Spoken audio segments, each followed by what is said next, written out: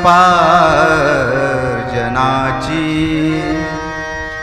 जय जय प्रभुराया आरती अंतराची। स्तवन करील तुझे तोष होईल स्वामी। जन्मुनी ऋषिवंशी वास सह्याद्री ग्रामी। उभय नट नटोनी मानवी वेशधारी। विहरण करिता गौतमी तटतीरी। जय श्री चक्रधरा स्वामी चक्रधरा। चक्रधरा स्वामी जय चक्रधरा। जय श्री चक्रधरा स्वामी चक्रधरा। जय श्री चक्रधरा स्वामी जय श्री चक्रधरा। ज्ञानदेवुनी उद्धरसि तू। ज्ञानदेवुनी उद्धरसि तू। ज्ञानदेवुनी उद्धरसि तू। ज्ञानदेवुनी उद्धरसि तू। सकल जीवांचा हितकारक तू। सकल जीवांचा हितकारक तू। देवा परमेश्वरा स्वामी चक्रधरा। जय श्री चक्रधरा स्वामी चक्रधरा।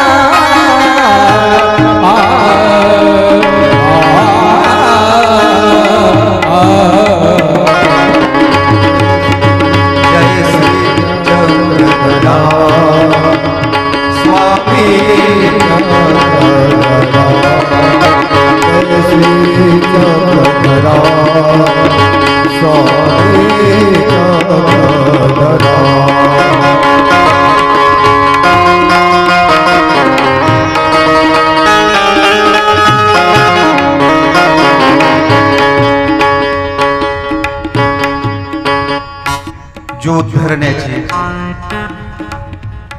प्रवृत्ती ज्या ठिकाणी परमेश्वराने स्वीकार केली आणि खऱ्या अर्थानं एक ब्रह्मविद्येची मुहूर्तमेढ ज्या ठिकाणी रोवली आणि अनेक अंगाने ज्याचं वर्णन करता येईल, सगळ्या बाजूला पवित्र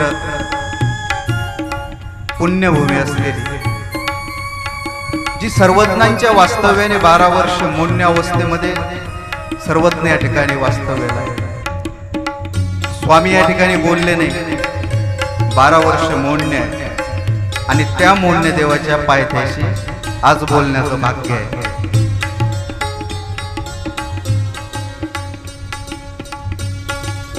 आणि म्हणून सर्वप्रथम माणूस जरी बोलणारा असतो तो एकटा बोलू शकत नाही. अनेक हातांचं बळ, अनेक प्रेरणा, आशीर्वाद त्याच्या पाठीमागे असतात. त्याच्यानंतरच माणूस बोलू शकतो.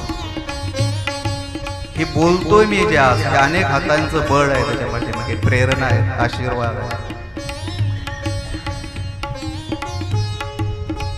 सर्वप्रथम मी सर्वज्ञांचं या ठिकाणी वंदन करतो.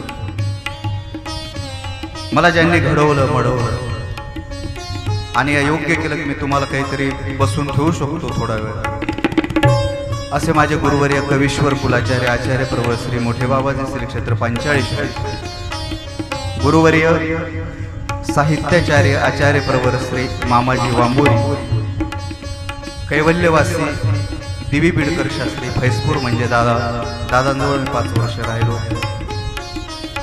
या सर्व विभूतींना मी या ठिकाणी त्यांचं स्मरण करतो. आणि खऱ्या अर्थानं ज्यांचं आयोजन आणि नियोजन आहे या कथेसाठी, माझं श्रद्धास्थान, माझी प्रेरणा तपस्विनी आपल्या मोठ्या आत्यांना मी दंडवत करतो. ज्यांनी या ठिकाणी प्रास्ताविक केलं ते खूपच भरपूर आणि लांबलचक झालं. एवढं काही नव्हतं त्याच्यामध्ये, परंतु मोठ्यांचा गुण आहे. ते लहानाला मोठं करतात, वर बसवतात, ते खाली बसतात. हा मोठ्यांचा गुण असतो. वांबोरीला आम्ही अध्ययनाला सोबत होतो. मी खूप लहान होतो, मला खूप ते सिनियर होते, मोठे होते आणि मी सतत त्यांच्यासोबत राहायचो. आणि मला विचारायचे लोक की तुम्ही भाऊ आहेत का, दोघे बंधू आहेत का. मला जिथं अडचण आली मला त्यांचं मार्गदर्शन मिळालं, प्रेरणा मिळाली. आणि त्यांनी जरी सांगितलं की तुमचं भाग्य नाही, मी असं समजतो की माझं भाग्य आहे की मी सालबर्डीला आज बोलतोय. कारण मी कथा करावी, बोलावी, अनेक दिवसाचं मला त्याच्यासाठी मी अगोदर बोललो. मला खूप लोकांची प्रेरणा आहे. गुरुवर्य बाबा असतील, साहित्याचार्य बाबुळकर बाबा शास्त्री आहेत, आमचे वाघोदेकर बाबा शास्त्री आहेत वाघोदा, त्यांचाही मला खूप आग्रह होता की पहिली तुम्ही कथाच करा. मी वाघोद्याला केली, परंतु माझं गाव 45 आणि जन्मगाव पण माझं 45 आहे. मग मला असं वाटलं ज्या ठिकाणी श्री दत्तात्रय महाराजांचं भोजनस्थान आहे तिथेच का नाही आपण पहिली कथा करावी. म्हणून मी सुरुवात 45ला केली. दुसरी कथा माझी वाघोद्याला झाली. तिसरी कथा मेरा म्हणून गाव आहे मेहकर जवळ, आमच्या आविराज बाबा दर्यापूरकर सुंदर मंदिर बांधलं, ती उद्घाटन झाली. मला असं सतत वाटायचं की माझ्या 5 कथा या महत्वाच्या ठिकाणीच होती. त्याच्यापैकी आज तिसरी कथा माझी सालबर्डीला होती. हे सतत वांबोरीला मला म्हणायचे की मी तुम्हाला बोलायला लावणार, मी तुम्हाला सालबर्डीला बोलवणार, परंतु असं एवढा माझा योग आहे, हे माझं भाग्य आहे की मी या ठिकाणी योगायोग आहे. फार पवित्र अशी जागा आहे सालबर्डी, की ज्या ठिकाणी सर्वज्ञ मौन्य अवस्थेमध्ये राहिले. 12 वर्ष तपश्चर्या या ठिकाणी मौन राहिले, बोलले नाही. ती जागा आपल्याला जर म्हटलं मौन्य धरायचं, आपल्याला आता बोलायचं नाही, किती वेळ बोलू शकत नाही आपण. 12 मिनिटं, 12 तास, 12 सेकंद, 12 वर्ष ठरवलं आपण बोलायचंच नाही. होऊ शकतं का? हा, आपण म्हणू हे जगणंच नको, जीवनच नको, न बोलता कसं. परमेश्वर 12 वर्ष या ठिकाणी बोलले. लीळा सगळ्यांना माहिती आहे, परंतु त्याचा भावार्थ खूप महत्वाचा आहे. सर्वज्ञ झाडाखाली बसलेले आहेत. ससा पळतोय जीवाच्या आकांताने, धावतोय. त्याच्या पाठीमागे 2 पारधी लागले त्या सशाच्या. आणि शिकारी असलेली ही माणसं त्यांना सर्वज्ञांनी समजून सांगितलं की बाबा रे, ही जागा शस्त्र उचलण्याची नाही, ही शास्त्र सांगायची जागा आहे. हे ससार आणि मोठं सूत्र जन्माला आलं तिथं फार सुंदर की हंगा येथ शरण आल्या काही मरण असते. ही मांडी महत्वाची आहे हो. इथं आलात ना, सशाला प्राण्यालाही महात्म्य म्हटलं सर्वज्ञांनी परमेश्वर. इथं माणूस चांगल्याला बोलत नाही, आपण माणसाचे चांगलं बोलतो. सशाला महात्मा. भ्रतुर हरीची मुक्ताबाई, काय एक एक वर्ण. भ्रतुर हरी ही मुक्ताबाई त्यांची वहिनी देर भाऊजाई. ज्या प्रपंचासाठी आपण धावतो ना, शेवटी वनवन आहे आपली, एवढी धावपळ आहे, सतत आपलं परिभ्रमण आहे. भरतुर यांच्या जीवनामधला एक सुंदर प्रसंग थोडक्यात मी या ठिकाणी मांडणार आहे. त्यांचे असं एक वर्णन आलेलं आहे. भरतुर हरी फार एक विद्वान पंडित होते. नीतिशतक, शृंगार शतक आणि वैराग्य शतक, 3 शतक या भ्रतुर हरींचे. जे शतक आपण वाचू ना, त्या शतकात माणूस एवढा रमून जातो. त्यांची भाऊजाई मुक्ता. त्यांच्या जीवनामध्ये संन्यासी भेटले, फळ दिलं की राजा तुम्ही फार पराक्रमी आहेत, त्या धर्माला, या साधू संताला, या सगळ्यांना तुमची गरज आहे, तुम्ही चांगले असायला पाहिजे, म्हणून त्यांना फळ दिलं. त्या भरतुर हरींना फळ दिलं एका संन्याशाने. त्यांनी सांगितलं तुम्ही राजा आहेत, आम्ही सामान्य माणसं जी आहेत, साधू संत आहेत, राज्य आहे, त्याला आपली गरज आहे, आम्ही चिर तरुण राहण्याची काय आवश्यकता आहे, म्हणून त्यांना फळ दिलं. त्यांचं प्रेम कुणावरती होतं? पत्नीवरती. बघा संसार कसा आहे, प्रपंच कसा आहे. पत्नीवरती प्रेम आहे, ते फळ पत्नीला दिलं पाहिजे. पत्नीचं प्रेम प्रधानाच्या मुलावरती, तिनं त्याला दिलं. प्रधानाचं प्रेम एका वेश्येवरती, तिनं त्याला दिलं. वेश्येला असं वाटलं की आपण हे फळ खाऊन काय करावं, काम तर आपली सगळी वाईटच आहे, आपलं काही जरी तर चालतं, लाख मेले तर चालतील, लाखाचा पोशिंदा जगला पाहिजे ना. ह्या राज्याला राजाची गरज आहे, आणि ते फळ कुठे गेलं वापस? बस हेच चक्र आहे. जेव्हा ते फळ त्या राजाच्या हातात पडलं, भ्रतुर हरींच्या, फार दुःख वाटलं त्यांना. मी जिच्यावरती प्रेम केलं, मी जिला सर्वस्व मानत होतो, जिच्यासाठी मी सगळं सोडलं, कुठं कुठं कुठं हे फळ पिलं, कशाचा संसार, कशाचा प्रपंच, कसलं प्रेम. आणि त्या दुःखिस्त झालेले भ्रतुहरी मग इकडे निघालेले आहेत तपश्चर्या. नंतर मुक्ताबाईंची जेव्हा त्या भिक्षा मागण्यासाठी एक वेळ काळ बदलला, परिवर्तन फार घडलं, आणि त्या स्नानाला बसले, आणि भिक्षेसाठी जेव्हा ते दारावरती गेले, भिक्षा म्हटलं, परंतु स्नानासाठी मुक्ताबाई त्या ठिकाणी बसले. स्नान चालू असताना तशाच त्या दार साधू आपला दाराशी विनमुख जाऊ नये भिक्षेची, ताडकन उठल्या भिक्षा वाढण्यासाठी. त्याच अवस्थेमध्ये उठल्या ज्या ठिकाणी विकार नाही, विकल्प नाही, त्याच्या पलीकडे टप्प्यात जो माणूस गेला ना, कुठलेही भाव त्याच्या ठिकाणी राहत नाही, फक्त साधू वापस जाऊ नये. परंतु जेव्हा दृश्य त्या भ्रतुर हरींनी बघितलं ना, ते धावत सुटले, त्यांना ते भयान वाटलं. ते पुढे पळतायत, मुक्ताबाई पुढे मागं पळतायत, भिक्षा घ्यावी म्हणून. हा त्यांचा पळापळीचा खेळ चालू आहे. आणि म्हणून समोर जेव्हा एक साधू भेटले, त्यांनी विचारलं काय झालं, झालेले सगळी भ्रतुर हरींनी गोष्ट सांगितली. आणि तेव्हा त्या साधूंनी सांगितलं काय रे, पाठीमागे जी पळते ना ती मुक्ताबाई नाही, तो धर्म आहे. आणि नंतर त्या मुक्ताबाईची आरोगणा कंदमुळेची सर्वज्ञांनी या भूमीमध्ये स्वीकारली, अशी पवित्र भूमी. आणि म्हणून मी याच्यासाठी तुम्हाला सांगितलं की जेव्हा मला बाबांचा फोन आला की तुम्हाला यावेळेस कथेसाठी सालबर्डीला यायचंय, तर खरंच मला खूप समाधान वाटलं. अडचण अशी आहे की पंचाळीसवरला असल्यामुळे नवरात्र सहसा बाहेर जाता येत नाही. मी चांगदेव हरतळ्याला 1-2 नवरात्र केली, परंतु ते म्हटले मग जर नाही जमलं तर मग आत्याला सांगावं लागलं, आणि आत्याचा फोन येणं काही परवडणार नव्हतं तिथं. म्हणून मी म्हटलं नका सांगू, मी आपल्या सेवेत हजर आहे. म्हणून मी पुनश्च आत्यांचे आणि बाबांचे मी या ठिकाणी मनपूर्वक त्यांना धन्यवाद देतो की त्यांनी मला या ठिकाणी बोलवलं.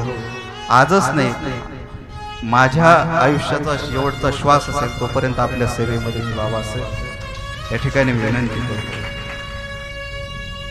अमृता परीस आत्मतीर्थ गोड, अमृता परीस आत्मतीर्थ गोड, अमृता परीस आत्मतीर्थ गोड, अमृता परीस आत्मतीर्थ गोड. निवारी तो कोड दत्तराज, निवारी तो कोड दत्तराज, निवारी तो कोड दत्तराज, निवारी तो कोड दत्तराज. तीर्थ सेव्याने महापाप जाते, तीर्थ सेव्याने महापाप जाते, तीर्थ सेव्याने महापाप जाते.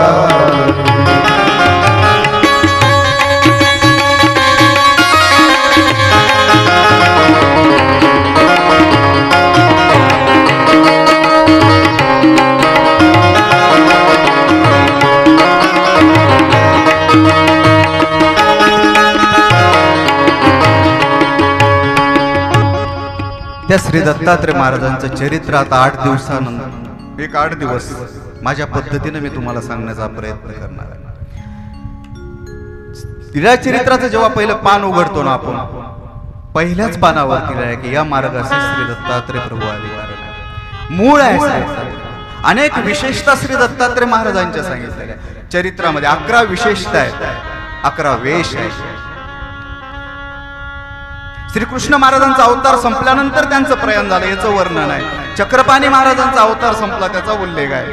गोविंद प्रभू बाबांचा अवतार संपला त्याचाही उल्लेख आहे. सर्वज्ञ श्री चक्र स्वामींचा अवतार संपला त्याचाही उल्लेख आहे. श्री दत्तात्रय महाराज असा एक अवतार आहे की तो कधी संपला आणि कुठं प्रयाण झाला याचा कुठेही उल्लेख नाही. म्हणून या मार्गास ह्या जो मूळ आहे हे श्री दत्तात्रय महाराज आहे. हे अमोघ दर्शन आहे. सर्वज्ञ सांगतात हे होण्याची नाही आणि झाले तर उरण्याची. अमोघ, मोघ म्हणजे नाश पावणार, जे नासतं, जे राहत नाही, जे संपत त्याला मोघ असं म्हटलेलं आहे. परंतु अ लागला ते अमोघ झालं म्हणजे जे नाश पावत नाही, दर्शन होणारच नाही, आणि जर झालं तर ते वाया जाणार नाही, म्हणून त्याला अमोघ दर्शन असं म्हटलेलं आहे. योगही असा आहे की गोदावरी नदीमध्ये श्री दत्तात्रय महाराजांचं भोजन आहे आणि त्या श्री दत्तात्रय महाराजांचं चरित्र, त्यांच्या लीळा माडू नदीच्या काठावरती संपन्न होतं. किती योग आहे. आणि म्हणून मलाही सांगण्याचा खूप मोह या ठिकाणी. फक्त श्री दत्तात्रय महाराजांचा माझा हा प्रयत्न आहे की तुमची भेट व्हावी, म्हणजे कथेमध्ये.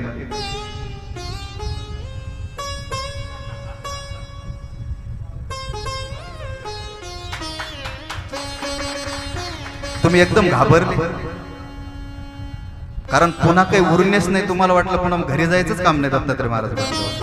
घरी तर सांगून आलो 10 दिवसात वापस येतो. फक्त आपलं कसं होऊ नये एक तुम्हाला चरित्र सांगतो.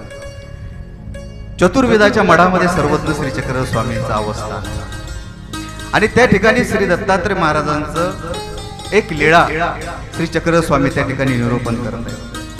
आणि स्वामी सांगतायत की श्री दत्तात्रय महाराजांचं दर्शन झालं ना एक लगेच मोक्ष मिळतो, पुन्हा काहीच बघायचं. अमोघ दर्शन आहे. आणि मग सर्वज्ञांजो जे परिवार आहे त्याच्यामध्ये डखले आणि चांगदेव भट्ट नावाचे 2 शिष्य आहेत. आणि मग त्यांनी विचारलं की आम्हालाही होईल का श्री दत्तात्रय महाराजांचं दर्शन सर्वज्ञांना? स्वामी सांगतात की होणं कठीण आहे, परंतु त्याचे काही नियम आहे, काही त्याच्या अटी आहे, त्याची परी आहे, त्यानुसारच त्याचं दर्शन होईल. तेही म्हटले आम्हालाही घ्यायचं दर्शन, तुम्ही आम्हाला विधी सांगा कसं. आणि मग त्यांचं ठरलं की आम्हाला श्री दत्तात्रय महाराजांच्या दर्शनाला जायचं. निघाले आणि सर्वज्ञांनी त्यांना एक विधी विहिला, म्हणजे नियम सांगितला की तुम्ही जेव्हा जाल ना तेव्हा सर्वात प्रथम तुम्हाला त्या ठिकाणी संन्याशाचं एक दर्शन होईल. आणि ते संन्याशी सांगतील रस्त्यामध्ये की आम्ही श्री दत्तात्रय महाराज, परंतु ते श्री दत्तात्रय महाराज नाही. अजून तुम्ही पुढे गेले ना तुम्हाला एक ब्राह्मण वेशामध्ये एक पुरुष भेटतील, ते सांगतील की मी श्री दत्तात्रय महाराज आहे, परंतु ते श्री दत्तात्रय महाराज नाही. आणि नंतर तिसऱ्या भेटीमध्ये गोंधळ्याचा विषय, गोंधळे असतात ना ते वाजवतात वगैरे, जागरण वगैरे करतात. गेलात का कधी गोंधळामध्ये? गेलते? तर त्या गोंधळाच्या वेशामध्ये जर तुम्हाला दर्शन झालं आणि त्यांनी जर सांगितलं मी श्री दत्तात्रय महाराज आहे, मात्र ते श्री दत्तात्रय महाराज आहेत, परंतु हे दर्शन कसं होईल तुम्हाला? आपण सगळी रस्त्याने फिरणारी माणसं आहोत, बघणारे माणसं आहोत. तुम्ही सरकत ते तारेवरची जी सरकत चालते बघितलं का तो खेळ? 1-2 लाकडं असतात इकडनं इकडनं, त्याच्यावरची दोरी असते, ती मुलगी त्या दोरीवरनं चालते, खाली लोक टाळ्या वाजवतात, ढोल वाजवतात, शिट्ट्या असतात, आरोळ्या असतात, त्यांना प्रतिसाद असतो, पण तिचं लक्ष कुठं असतं? तुम्ही बोलत का? झोपले का तुम्ही? जागी आहेत का? बोला ना. आपलं मोकळं आहे, मी आपलाच घरचाच माणूस आहे, घरचेच लोक आहेत सगळे, आपण आपल्याच आहेत, काय नाही तसं. तिचं लक्ष कुठं असतं? हा, मग तसं सांगितलं की जेव्हा दत्तात्रय महाराजांच्या दर्शनाला जाताना फक्त दत्तात्रय महाराजांच डोक्यात पाहिजे. जर त्या मुलीचं लक्ष जर विचलित झालं, तिनं जर लोकांकडे बघितलं तर काय होईल? खाली पडेल, ती लागेल, तिला जखम होईल. तसं नको, श्री दत्तात्रय महाराजच डोक्यात पाहिजे. नवरात्राला आलो ना आपण सालबर्डीला, आता फक्त आत्या गौरव्यास बाबा जे सांगतील तेच डोक्यात पाहिजे. नाही तर मग गाय बांधली का, गाय सोडली का, कुलूप चांगलं लावलं का, दूध चांगलं तापवलं का, त्याने मग स्मरण लेखी लागलं. माझं म्हणणं नाही की तुम्ही घरी संपर्क करू नये, आणि मी भेटलो तरी तुम्ही ऐकणार नाही. एक ठीक आहे फोन. यांचं ठरलं. हे डखले आणि चांगले भट्ट जेव्हा त्या दर्शनाला निघाले ना, आणि मग रस्त्यामध्ये जेव्हा त्या अर्ध्या रस्त्यामध्ये गेला तेव्हा त्याच्या असं लक्षात आलं आता आपण जाऊ श्री दत्तात्रय महाराजांची भेट होणार आहे. स्वामींना तसं सांगितलं, एकदा दत्तात्रय महाराजांची भेट झाली पुन्हा उरणे नाही, मोक्ष मिळणार आहे. मग पुन्हा तर आपली भेटच नाही. घरी आपले मुलं आहेत, बाळ आहेत, त्यांना काय करू आपण? खाऊ पाठवू. रस्त्यामध्ये त्यांना वाटलं. मग त्यांनी त्या देवगिरी, कटक देवगिरीच्या बाजारामध्ये वेरूळ त्या ठिकाणी खाऊ घेतला, आणि रस्त्यामध्ये त्यांचे सोयरे म्हणजे पाहुणे ते त्यांना भेटले, आणि त्यांच्याजवळ त्यांनी तो खाऊ दिला की तुम्ही घरी जा आणि आमच्या मुलांना हे द्या. मग त्यांनी असं सांगितलं, तुम्ही आमच्या जवळ देता त्यापेक्षा तुम्हीच जाऊन या. नाही, आम्हाला स्वामींनी सांगितलं की तिकडे घरी जाऊच नका. काय होतं त्याला? दरवाजात जायचं, फक्त पत्नीला आवाज द्यायचा, तिला एवढं म्हणायचं हा खाऊ घरात ठेव, आणि पुढे निघून जायचं. त्यांनाही पटलं ते. मग घरी गेले, दरवाजात उभे राहिले. मग घरचे म्हटले आता आलेस तर थांबूनच जा, खूप उशीर झाला, मुक्कामच करा, आता एवढ्या उशिरा कधी जाणार तुमचे?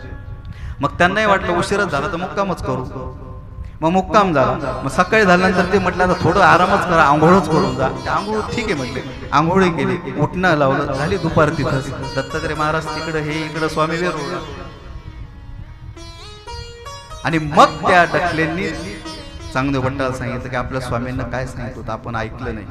आणि मग पुन्हा वापस सर्वज्ञांकडे गेले आणि झालेली हकीकत सगळी सांगितली. मग दर्शनाला होऊ शकलं का श्री दत्तात्रय महाराजांचं? आता आपल्याला एकदम दर्शनाला जायचंच नाही, फक्त चरित्र ऐकायचे 8 दिवस. म्हणून त्या डकल्या आणि चांगदेव भट्टासारखं आपलं होऊ नये. फक्त 2 तास आपली महत्वाची, बाकी मग लागो रे लागो रे, मन लागो रे लागो रे, मन लागो रे लागो रे मन लागो रे लागो रे मन लागो रे लागो रे मन लागो रे लागो रे माझे दत्त चरणी मन लागो रे माझे दत्त चरणी गुरु भक्तीचा पूजनी गुरु भक्तीचा पूजनी गुरु भक्तीचा चरणी गुरु भक्तीचा पूजनी गुरु नामाचा चिंतनी मन लागो रे माझे गुरु भक्ती मन लागो रे माझे गुरु भजनी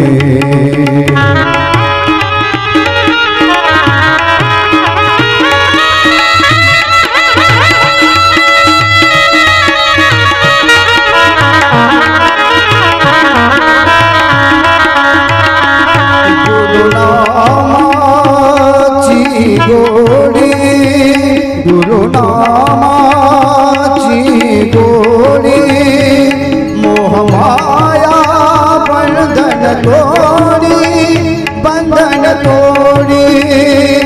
मन लागो रे मन लागो रे मन लागो रे मन लागो रे मन लागो रे मन लागो रे माझे गुरु भजनी मन लागो रे माझे गुरु भजनी मन लागो रे माझे गुरु भजनी शेवटी परमेश्वराचा जो अट्टहास आहे परमेश्वराला जे व्यसन आहे ते हेच आहे की कवना कवने व्यसन येथ जीव तरी जिव्हेची व्यसन श्री गीतेमध्ये श्रीकृष्ण महाराज सांगतो की यदा यदा हि धर्मश्च ग्लानिर्भवति भारता अभ्युत्थानमधर्मश्च तदात्मानं सृजाम्यहम् जेव्हा जेव्हा धर्माला ग्लानी अधर्म माझे तेव्हा मी अवतरतो परित्राणाय साधूनां विनाशाय च दुष्कृतां धर्म संस्थापनार्थाय संभवामि जेव्हा साधूंना त्रास होईल ऋषी मुनींना त्रास होईल तेव्हा मी अवतरतो आणि मग परमेश्वरा जेव्हा इच्छा झाली की जीव हा पात्र आहे गेला मग आपल्या जवळ जे आहे ना ते आपण जीवाला द्यावं आपण संकुचित माणसं आपल्याला देऊ नये वाटत आहेत तेच आपल्याला कमी पडतं आपण कोणाला काय देणार परंतु परमेश्वराला असं वाटलं की मी जीवाला काहीतरी द्यावं तुम्हाला काहीतरी द्यावं मग देण्यासारखं परमेश्वराजवळ काय सगळ्यात महत्वाची गोष्ट आहे परमेश्वराजवळ आणि तो म्हणजे आहे परमेश्वराचा आनंद परमेश्वराजवळ काय आनंद आहे आता आपण जर ठरवलं एखाद्याला काहीतरी द्यायचं काय देऊ शकतो आपण टेन्शन देऊ शकतो ताप देऊ शकतो दुसऱ्याला याच्यापेक्षा आपला उपयोग काय भांडणं लावू शकतो आपल्यामुळे भरपूर लोक टेन्शन मध्ये आपल्याजवळ काय द्यायचं आणि जे आपण देऊ ते नैश्वर म्हणून परमेश्वराला असं वाटलं की हा आनंद आपण हा जीवाला द्यावा मायेला त्या ठिकाणी चेष्टो म्हणजे मायेला सांगितलंय सृष्टीची निर्मिती केली आणि ब्रह्मदेवाला परमेश्वराने त्या ठिकाणी आज्ञा दिली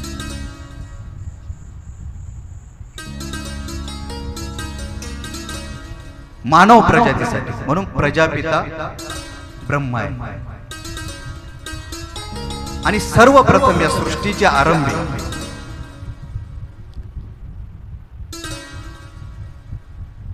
जे युग सांगितलेला कृतयुग आहे त्रेतयुग आहे द्वापार आहे कलियुग आहे आणि या ब्रह्मदेवाने ईश्वराच्या आज्ञेवरून या कृतयुगामध्ये सर्वप्रथम मानसिक संकल्पने सनक नंदन सनत कुमार आणि सनातन या चार परम तेजस्वी पुरुषांची निर्मिती ब्रह्मदेवा परमेश्वराच्या विनंतीला मान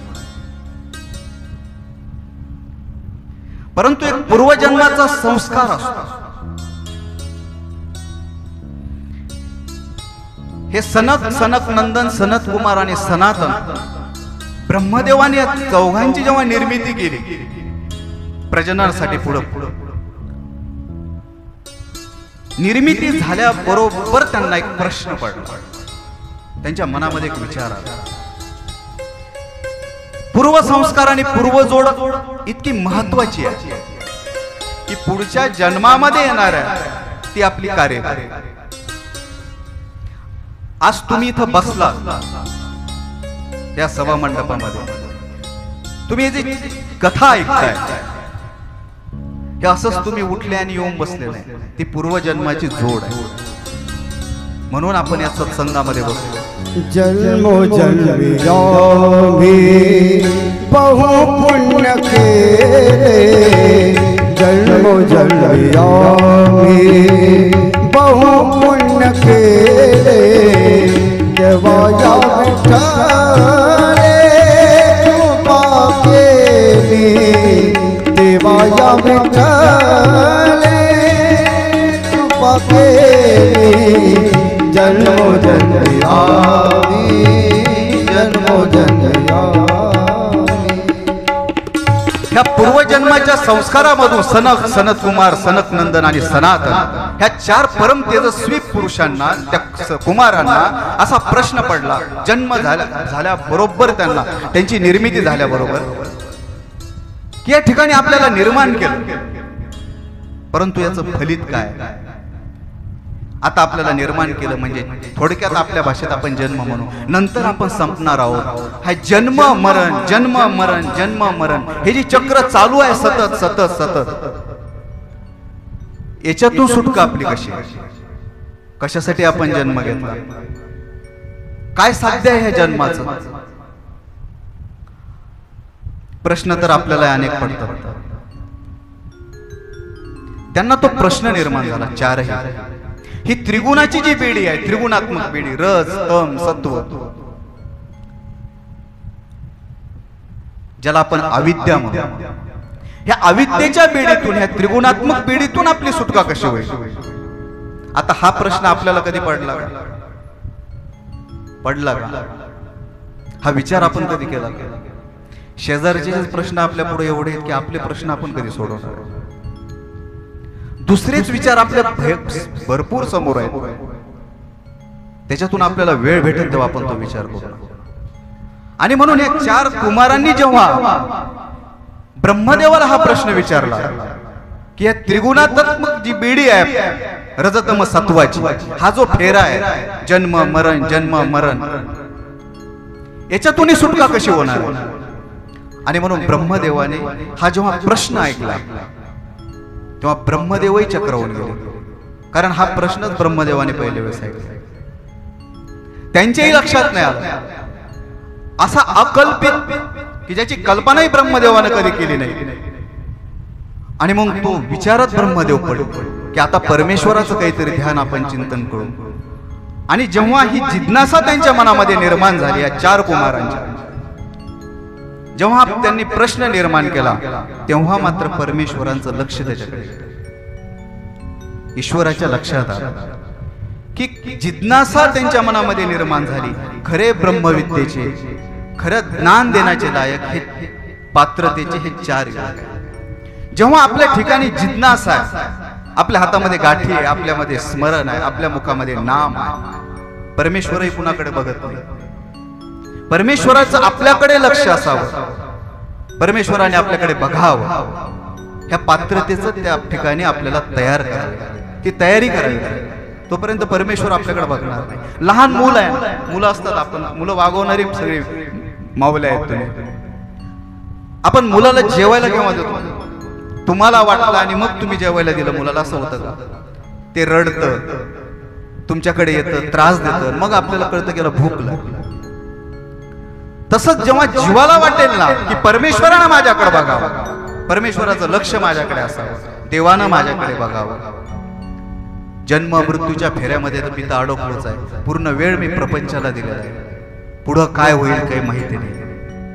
आणि मग उर्वरित आयुष्य किमान तरी देवाने आपल्याकडे बघावं.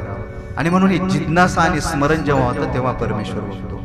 जेव्हा अकल्पित विचार त्या चार या कुमारांचा परमेश्वराने पाहिला आणि त्यांच्या लक्षात आलं की खरे अधिकारी आहे ज्ञान देण्याचे, आणि त्वरित मायेला सांगून हंसा अवतार परमेश्वरानं त्या ठिकाणी स्वीकारला, त्यांना ज्ञान दिलं. आणि लगेच तो अवतार संपला. असा एक विलक्षण हंस अवतार झाला लक्षात.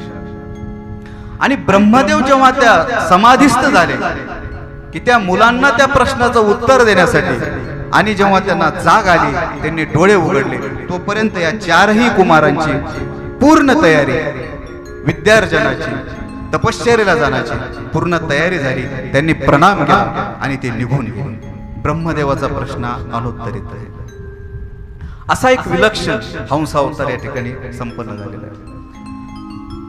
आणि मग काही काळ गेल्यानंतर जे ब्रह्मदेवाला कार्य सांगितलेलं आहे परमेश्वराने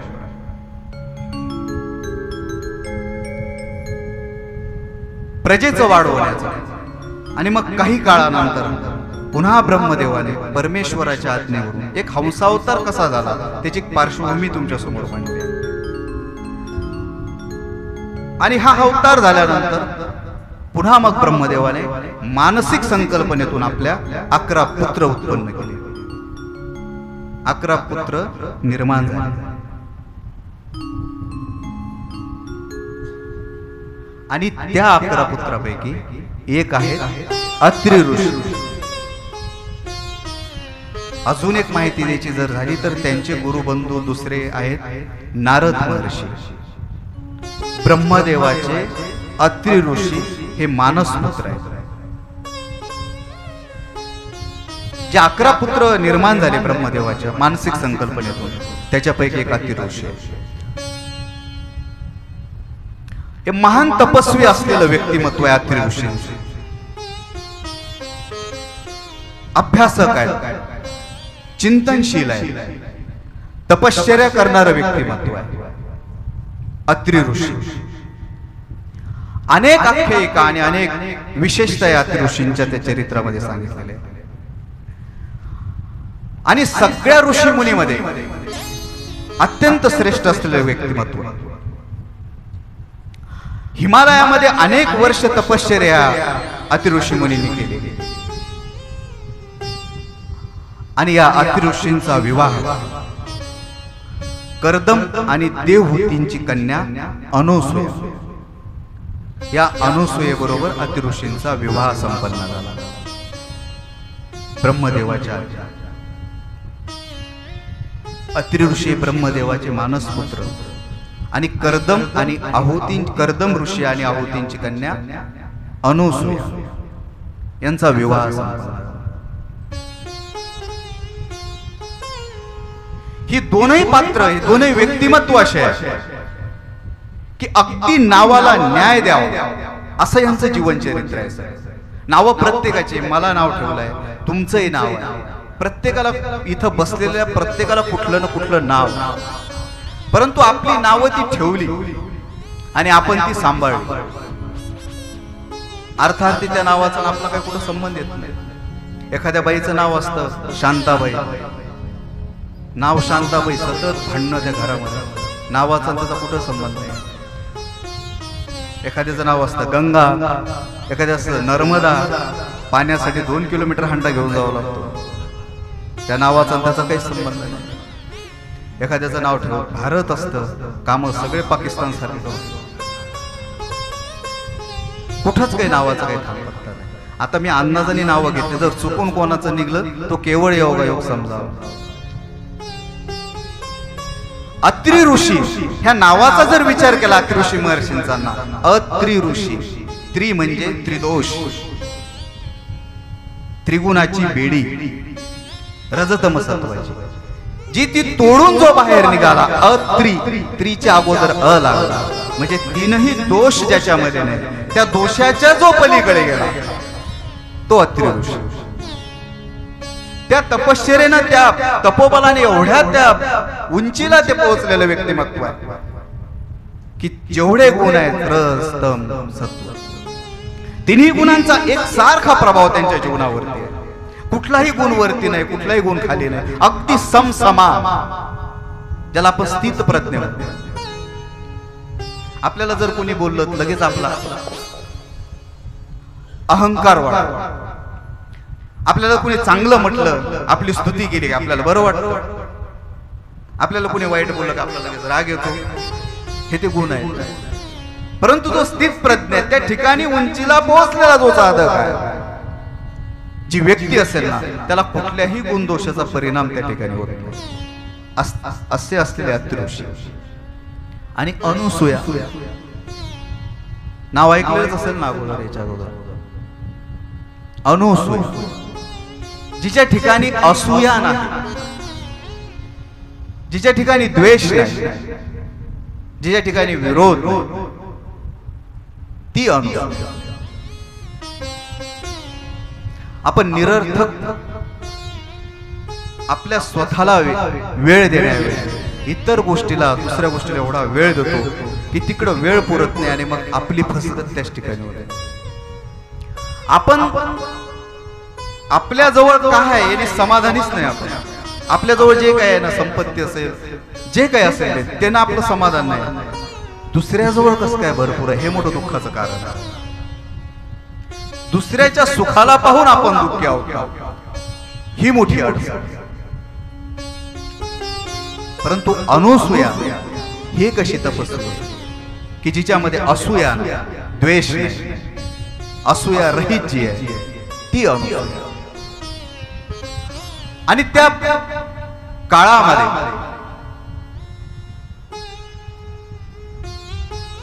त्रेतायुगात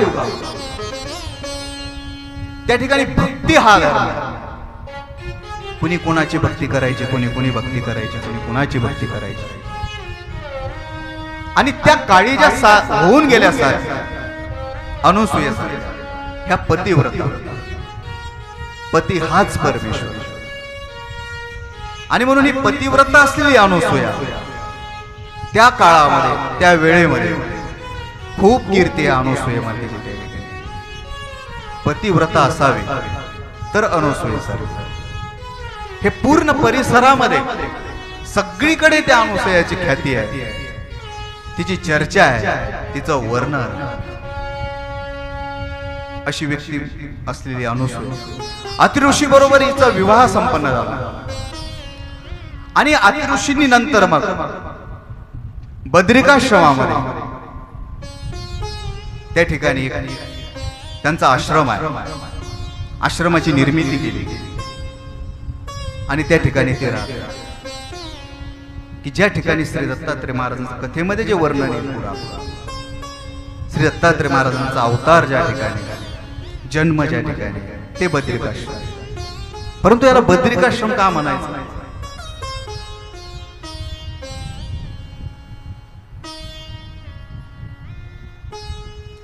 भद्र असं बोराला म्हटलं. बोर माहिती तुम्हाला? भद्र असं बोराला म्हटलं.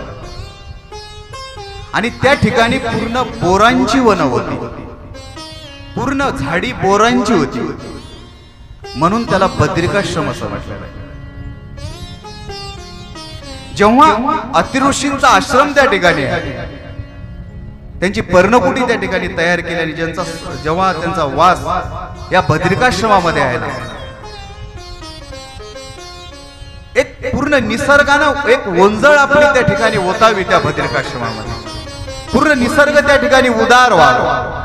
जसं आपण आता सालवर्डीमध्ये आहोत, नदी आहे, झरे आहे, पाणी आहे, झाडं आहेत, मंदिर आहेत.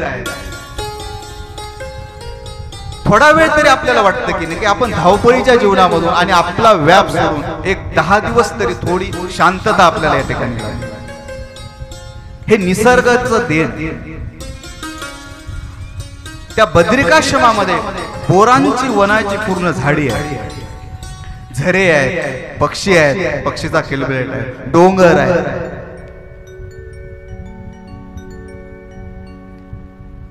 अशा प्रसन्न वातावरणामध्ये या बद्रिकाश्रमामध्ये अत्रि ऋषी आणि अनुसूया माता राहतात. सुंदर वन वृक्षाची दाटी लता फुलांनी सजली सृष्टी, तिथे बसते मुनी चलाना दर्शन घेना धने, चलाना दर्शन घेना धने, चलाना दर्शन धनी सुंदर वन वृक्षाची दाटी लता फुलानी सजली सृष्टी कितेक बसते मुनी चला ना दर्शन घेना धनी चला ना दर्शन घेना धनी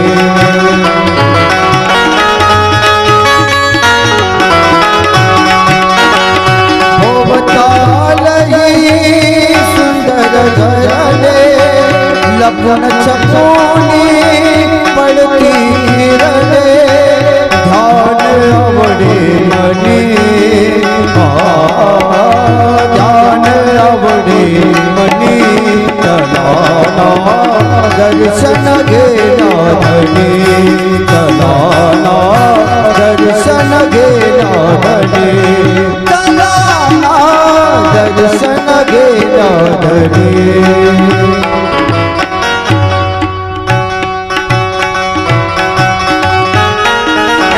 ऋषींचं तेज एवढं आहे, त्याचा परिणाम असा झाला की त्या बद्रिकाश्रमामध्ये सगळीकडे असणारी जेवढी साधक माणसं आहेत, ऋषीजन माणसं आहे ना, जेवढे ऋषीजन होते त्यांना सगळ्यांना आता त्या परिसरामध्ये माहिती झाली की या बद्रिकाश्रमामध्ये अत्रि ऋषी आणि अनुसूया माता ही एक दाम्पत्य, हे ऋषी परम तेजस्वी असलेले अत्रि ऋषी आणि अनुसूया माता सारखी असलेली माता त्या ठिकाणी राहण्यासाठी आले बद्रिकाश्रमामध्ये.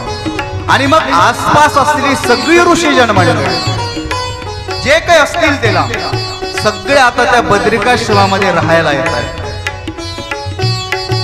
हळूहळू बद्रिकाश्रमाकडे त्यांची वाटचाल सुरू आहे. शेवटी संगत महत्वाची आहे.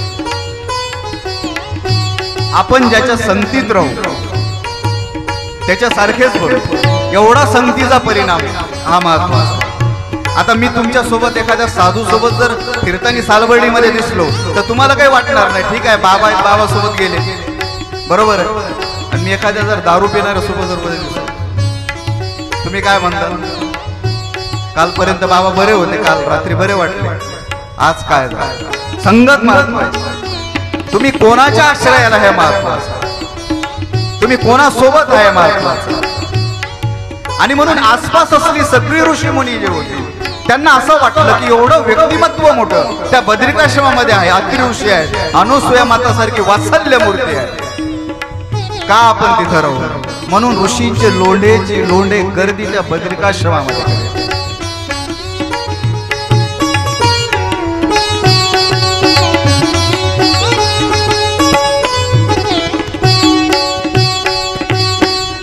एक दोन नाही 88,000 सहस्र ऋषी बद्रिकाश्रमामध्ये त्या ठिकाणी निवास.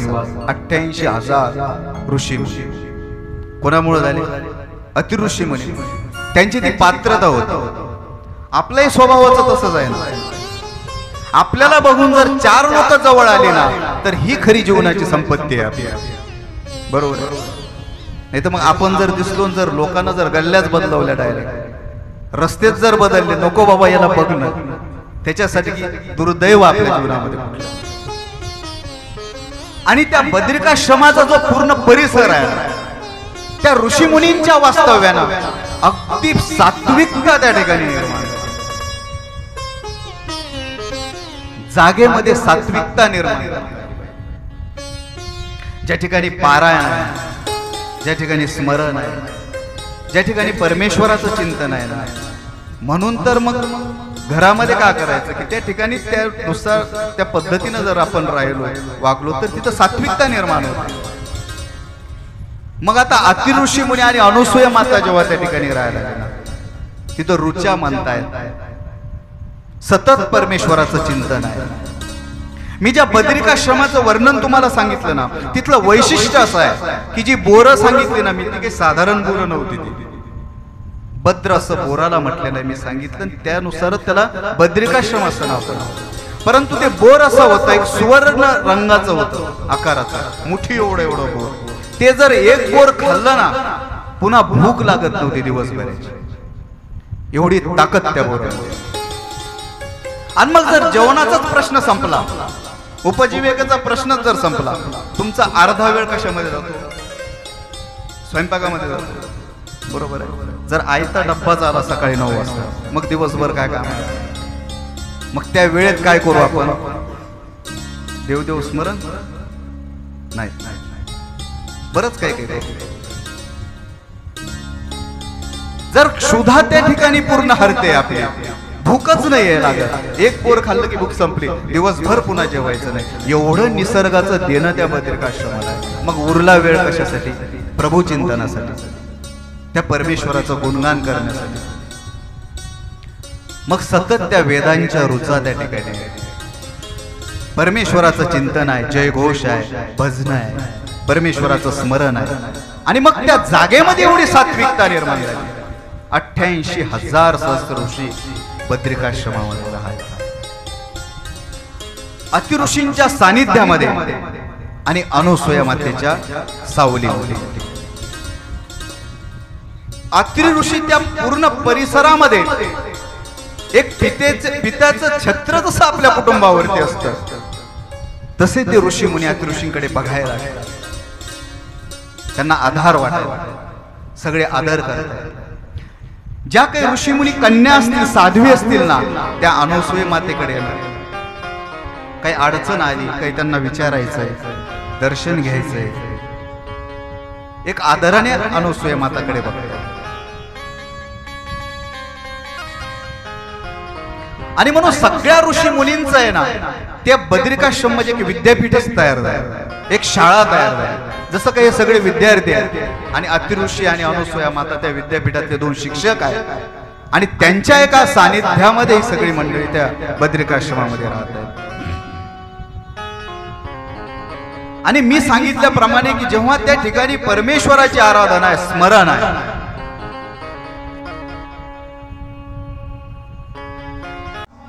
सगळा तिथं वेदाभ्यास चालू आहे, अनेक प्रकारची सात्विकता त्या भूमीमध्ये निर्माण झाली आणि ती प्रकारे तपोभूमीच आहे असं वाटतं. हा सगळा काळ चालू आणि सगळं घडत असताना सुख समाधान आहे, कीर्ती पसरलेली आहे ऋषी मुनींची, अनुसूया मातेची.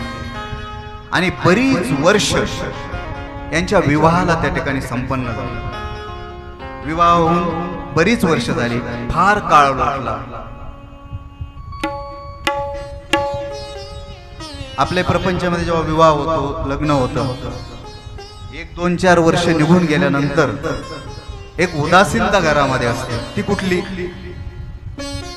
बरीच वर्ष झाली लग्नाला, परंतु कुणीतरी घरामध्ये पाहिजे ना.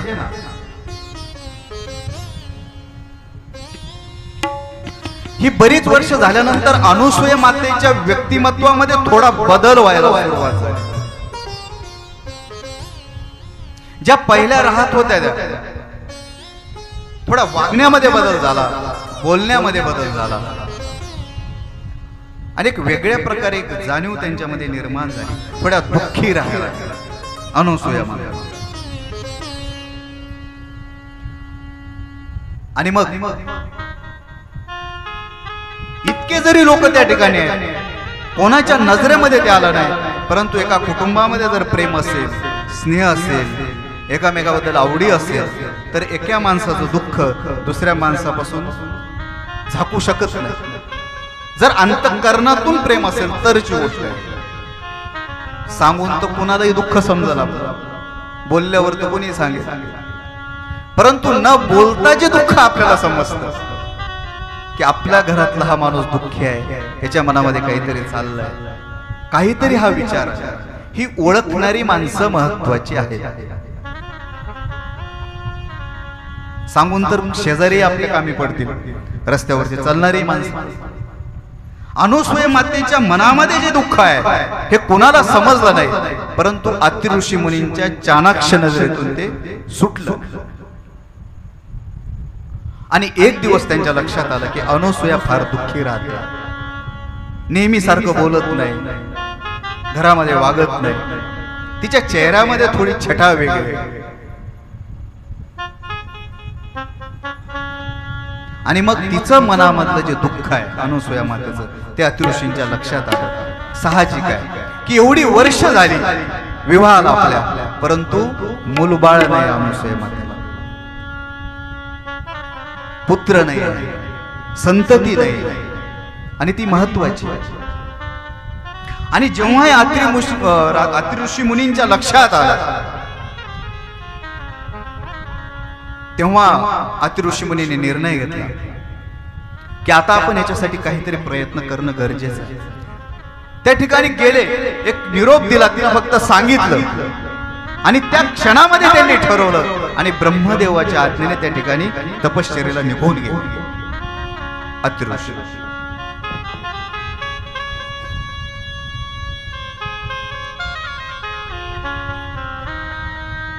एक मनामध्ये ध्यास आहे, विचार आहे, आता काही झालं ना पुन्हा वापस यायचं.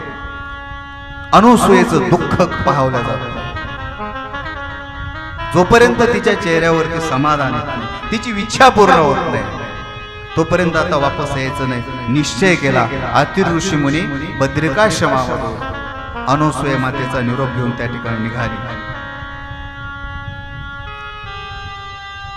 आणि अत्यंत उग्र तपश्चर्या अत्रि ऋषी मुनींनी सुरुवात केली पुत्र प्राप्तीसाठी.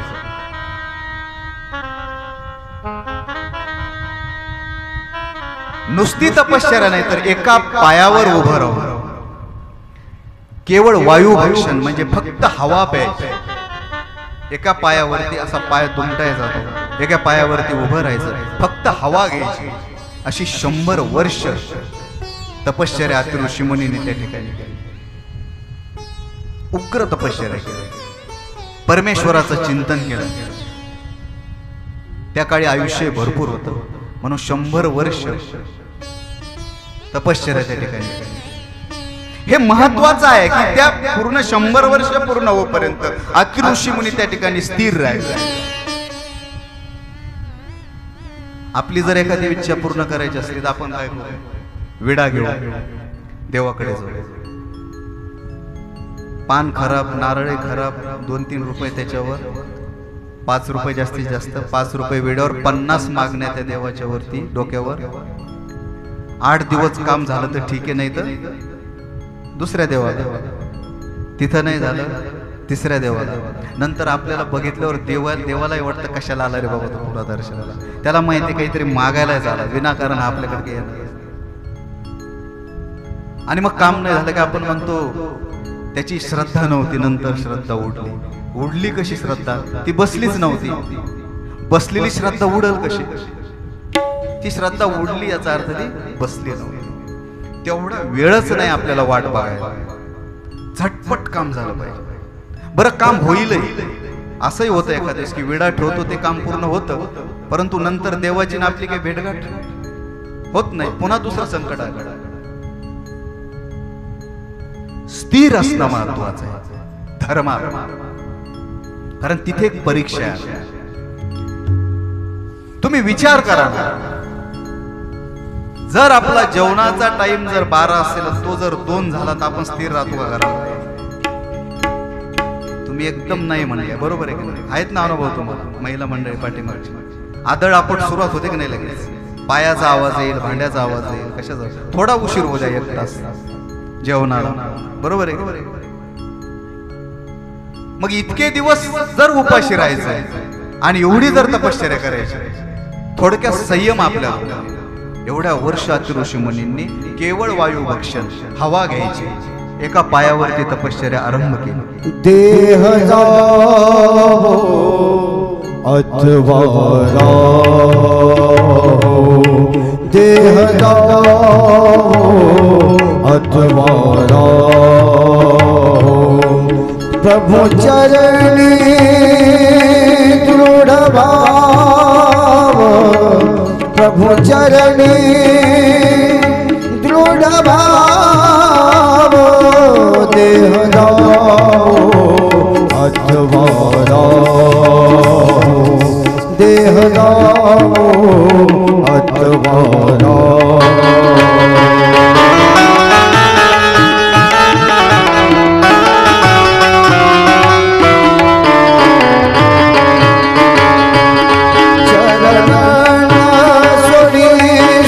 सर्वता चरणाना सोनी सर्वता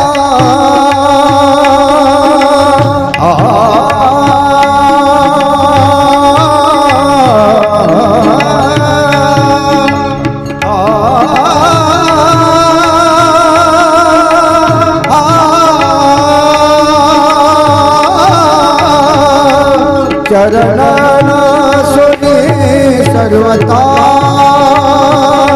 आन तुझी प्रभुराया आन तुझी प्रभुराया देह दावो अथवा देह दावो अथवा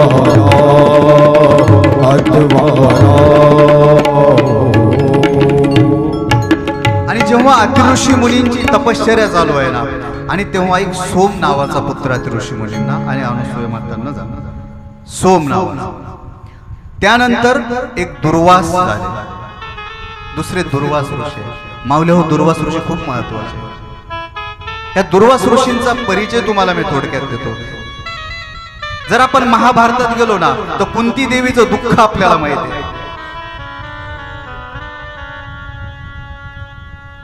या कुंती देवींचे पुत्र कोण होते?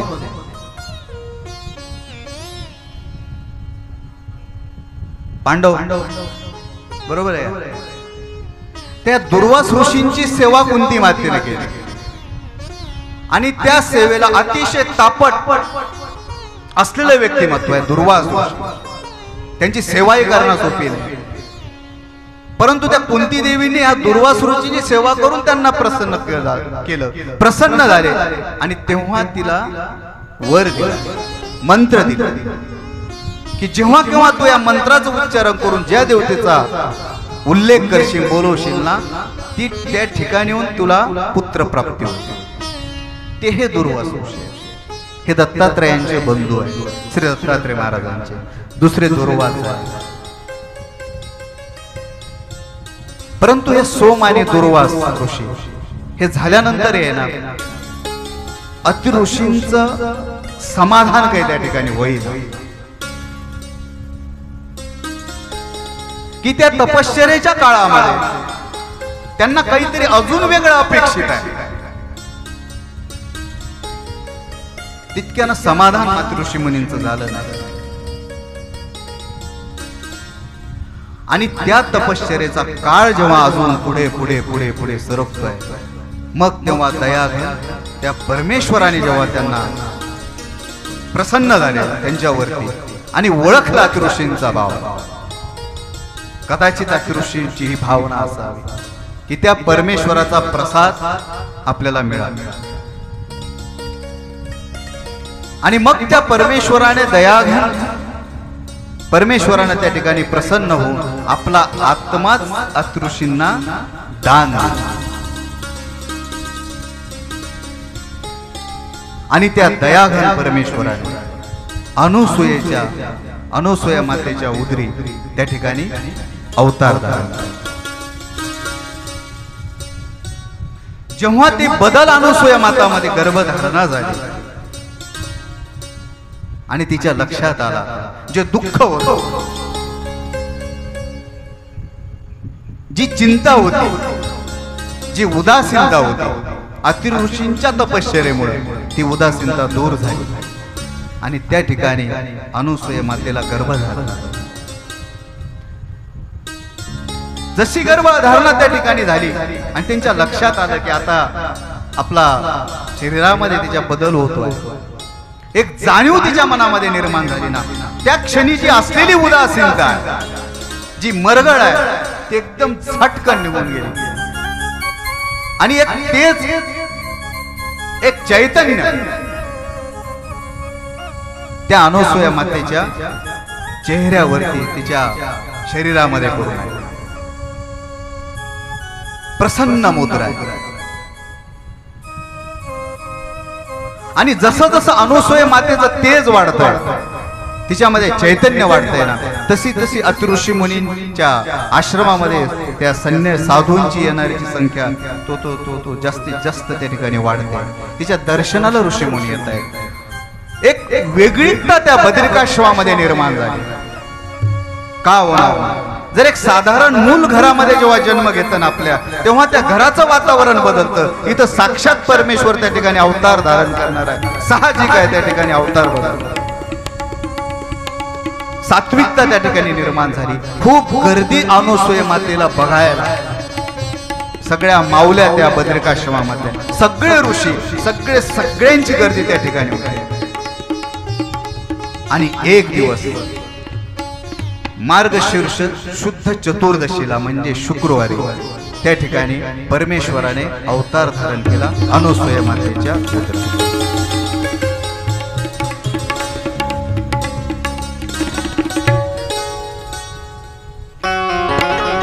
एक आनंदाची लहर त्या बद्रिकाश्रमामध्ये निर्माण झाली. अनेक आनंदी आनंद त्या बद्रिकाश्रमामध्ये त्या ठिकाणी.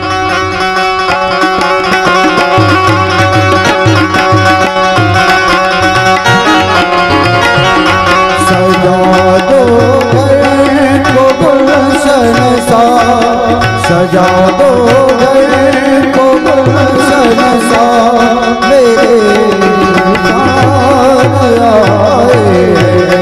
सजा दो घर को गुलशन सा, मेरे मुराद आए.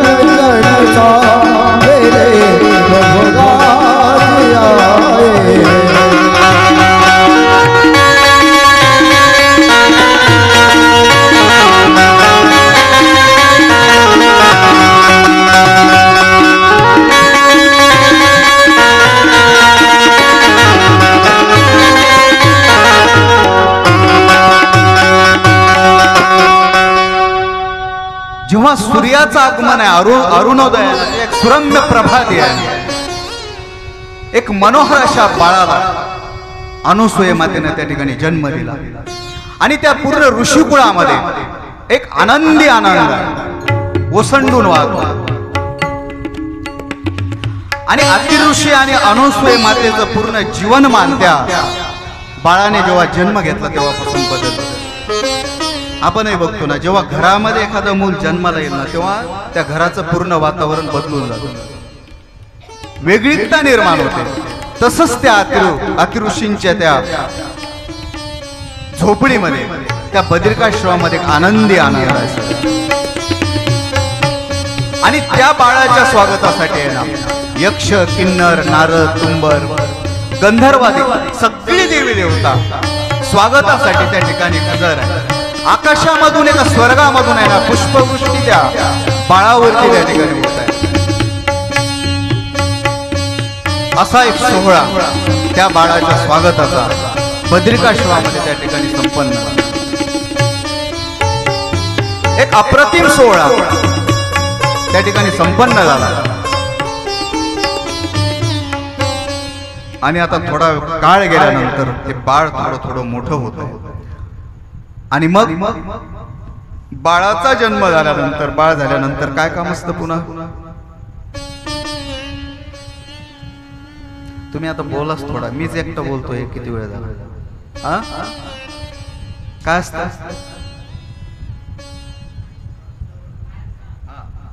मला फक्त चेक करायचं की तुम्ही जागी आहेत का. बारस नाव ठेवतो ना आपण. कोण ठेवतं नाव? कोण ठेवत असतं? हा काय म्हणतात ते नाव ठेवताना? काय नाव ठेवताना काय म्हणतात? समजा नाव ठेवलं त्याच्यानंतर पुढं काय असतं? आता आपली आत्या ठेवल, मावशी ठेवल, परंतु इथं देवाचं नाव ठेवायचं, त्या परमेश्वराचं नाव ठेवायचं. मग तिथं व्यक्तिमत्वही तसंच लागल ते नाव. आणि म्हणून त्या बाळाचं नाव ठेवण्यासाठी भृगु ऋषींना त्या ठिकाणी बोलवलं. अतिशय तपश्चर्या असलेला ऋषी, या तपाबलाच्या एका उंचीवरती पोहोचलेलं एक व्यक्तिमत्व. आणि भृगु ऋषींचं चिंतन त्या ठिकाणी केलं आणि त्यांना त्या ठिकाणी बोलवलं. जर दत्तात्रय आपण जर वाचलं तर काय, भृगुरुते मधुरे वाक्ये दत्तात्रय नमोस्तुते. बरोबर, भृगु ऋषींना त्या ठिकाणी बोलवलं बाळाचं नाव ठेवण्यासाठी. भृगु ऋषींचं आगमन त्या आश्रमामध्ये, त्या ठिकाणी बद्रिकाश्रमामध्ये झालं. त्यांचं आगमन झाल्यानंतर त्यांचं पद प्रक्षालन केलं, पाय धुतले, त्यांना गंध लावला, बसायला टाकलं, आसन ठेवलं अनुसूया मातेने.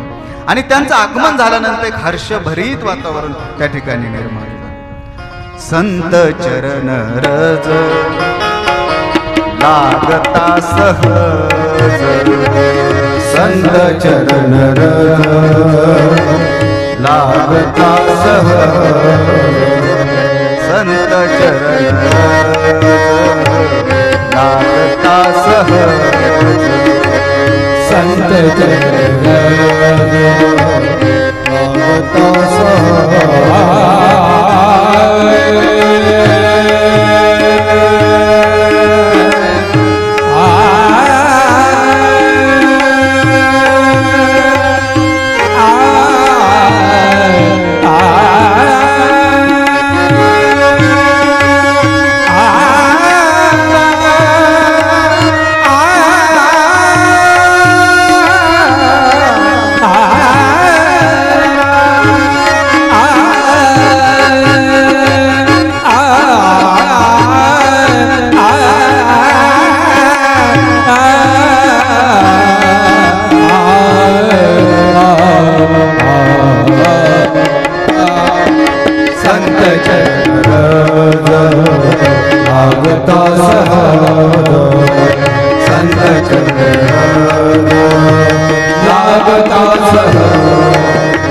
संतांचं आगमन जेव्हा त्या बद्रिकाश्रमामध्ये झालं, आपल्याही घरामध्ये होतं ना, तेव्हा त्यांची पायाची धूळ जरी आपल्या घराला लागली, खऱ्या अर्थानं पवित्र आहे आपलं घर. आणि म्हणून त्या भृगु ऋषींचं आगमन जेव्हा झालं, अतिऋषी, अनुसूया माता आणि बद्रिकाश्रमामध्ये असलेला सगळा परिवार स्वागतासाठी समोर आहे आणि धन्यता मानली की आपल्या आगमनाने आमचं बद्रिकाश्रम आश्रम आहे ना हा पवित्र झाला. त्यांचं स्वागत त्या ठिकाणी संपलं. भृगु ऋषी त्या ठिकाणी स्थानापन्न झाले आणि त्यांना विनंती केली की हा परमेश्वराचा प्रसाद अनुसूया मातेच्या उदरी या ठिकाणी मिळालेला आहे आणि याचं नामकरण करण्यासाठी आपल्याला या ठिकाणी बोलवलं. आणि म्हणून भृगु ऋषींना जेव्हा सांगितलं की आता नाव ठेवायचं नाही बाळाला, तेव्हा भृगु ऋषींना काही प्रश्न अतिऋषी मुनींना विचारले की जेव्हा तुमची तपश्चर्या चालू होते ना, त्या तपकाळामध्ये तुम्हाला काय काय अनुभव आले, काही घटना घडले का, काही सूचित पडले, हे अनुभव विचारले भृगु ऋषींनी अतिऋषी मुनींना. तेव्हा अतिऋषी मुनींनी सांगितलं की मी माझी जेव्हा तपश्चर्या सुरू होते ना, एका पायावरती हात वरती आहे, तेव्हा माझ्या करांगोळीमध्ये आहे ना वरती एक दिव्य प्रकाश माझ्या करांगोळीमध्ये पडल्यासारखा मला एक भासला आणि ते लाल रत्नासारखं एक अर्भक आहे माझ्या हातामध्ये ठेवलंय अशी मला जाणीव झाली. आणि हा साक्षात्कार मला त्या ठिकाणी घडला. जेव्हा अतिऋषी मुनींनी हा अनुभव सांगितला भृगु ऋषींना, थोडा वेळ त्यांनी चिंतन केलं, डोळे मिटले आणि थोडा वेळ ते असं आकाशाकडे वरती बघितलं भृगु ऋषी. आणि भृगु ऋषींनी सांगितलं की अत्रि ऋषींना की हे बाळ सामान्य नाही, जो अनुभव तुम्ही सांगितला हे बाळ सामान्य नाही आणि म्हणून ह्या बाळाचं नाव साईंग ऋषी ठेवणं गरजेचं आहे. साईंग, साईंग या शब्दाचा अर्थ होतो उच्च, उत्तुंग, उंच, अनमोल असं साईंग. आणि त्या परमेश्वर परमात्म्याचाच हा प्रसाद आहे. आणि त्या करांगोळीमध्ये त्या परमेश्वराने तुम्हाला, त्या परमेश्वराने काय की आत्माच आपला दान दिलाय, म्हणून त्याचं नाव दुसरं. परमेश्वराने तुम्हाला आत्मा दान दिला म्हणून त्याचं नाव दत्त ठेवा. दत्तात्रय महाराजांचं, दत्तांचं पहिलं नाव, बालपणीचं नाव साईंग ऋषी आहे, लक्षात. आणि तो आत्मा दान दिला म्हणून दत्त, आणि आत्री अनुसूयेचे पुत्र म्हणून दत्तात्रय, अशा त्या नावाचा. आणि त्याचं पुढचं असं भविष्य भृगु ऋषींनी कथन केलं की साक्षात परमेश्वराचा अवतार आपल्या उदरी अनुसूय मातेच्या त्याने अवतार धारण केलेला आहे. खरंच तुम्ही भाग्यवान आहात. आणि हे जे नाव आहे ना श्री दत्तात्रय, दत्त, ह्या सृष्टीच्या पूर्ण शेवटपर्यंत हे नाव प्रचलित राहणार, अजरामर नाव राहणार, सगळ्या युगामध्ये हे नाव राहणार. आणि म्हणून या साईंग ऋषीचं दत्त आणि दत्तात्रय हे नामकरण त्या ठिकाणी झाले. या जन्माचा सोहळा खूप दिवस त्या बद्रिकाश्रमामध्ये त्या ठिकाणी संपन्न झाला. आणि नामकरण त्या ठिकाणी संपन्न झाल्यानंतर सगळ्या ऋषी मुनी, सगळे साधू, देवदेवता नामकरण झाल्यापासून त्या ठिकाणी दर्शनाला येतात. अशा प्रकारे श्री दत्तात्रय महाराजांचं नामकरण त्या ठिकाणी झाले.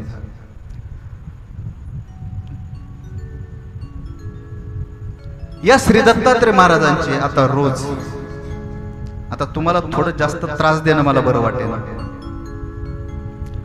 म्हणून ही आज एक पार्श्वभूमी श्री दत्तात्रय महाराज जन्मापर्यंत मी मांडली. हे नाव कसं महत्वाचं आहे श्री दत्तात्रय महाराजांचं, याच्या चरित्रामध्ये विशेषता सांगितलेले आहे, नाना वेश सांगितलेले आहे, दर्शन किती महत्वाचं हे सांगितलेलं आहे, दर्शन मिळाल्यानंतर पुढं काय होतं हे महत्वाचं आहे. हे प्रत्येक चरित्र, प्रत्येक कथा आता हे पुढचे 7 दिवस मी माझ्या पद्धतीनं तुमच्या समोर मांडणार आहे. फक्त तुम्ही कंटाळले नाही. माझा जास्तीत जास्त हाच प्रयत्न राहील की मला किती सांगता येईल जास्त, तो माझा प्रयत्न. खूप सुंदर सगळे चरित्र आहे. श्री दत्तात्रय महाराजांचं चरित्र हे असं आहे की प्रत्येक जीवनामध्ये आपण उपयोगी आहे, ते उतरवू शकतो. हा एक अवतार असा आहे की वैराग्याचा अवतार आहे. इथं दुसरं तिसरं चालतच नाही. शिस्त, नियम, नियमावली, कडक शिस्त, बिलकुल इकडं तिकडं. एक तारेवरती जसं मी त्या मुलीचं उदाहरण दिलं ना, तशा पद्धतीनेच एका दोरीत चालावं लागतं. म्हणून ते अमोघ दर्शन आहे. मोघ म्हणजे नाश पावणार, अमोघ म्हणजे जे नाश पावत नाही. आणि म्हणून दत्तात्रय महाराजांना आपण भेटू नाही भेटू तो भाग वेगळा आहे, परंतु माझं असं म्हणणं आहे, समजू नाही समजू, परंतु हे चरित्र कानावरती जरी आदळली, कानातून जरी गेले आपल्या, तरी भरपूर आहे.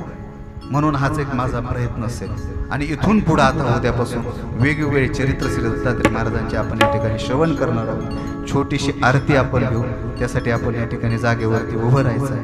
आणि त्यानंतर आजचं आपलं पहिलं सत्र, अवधूत प्रभु राया, हो जय अवधूत प्रभु राया, जय जय अवधूता प्रभु राया, अवधूत प्रभु राया, हो जय जय अवधूत प्रभु राया. ऋषी वंशी प्रभु अवतरलाशी, भक्त तारावया प्रभु रे, भक्त तारावया, जय जय अवधूता प्रभु राया, अवधूत प्रभु राया, हो जय जय अवधूत प्रभु राया. परमाराशी आदि गुरु तू श्री दत्ता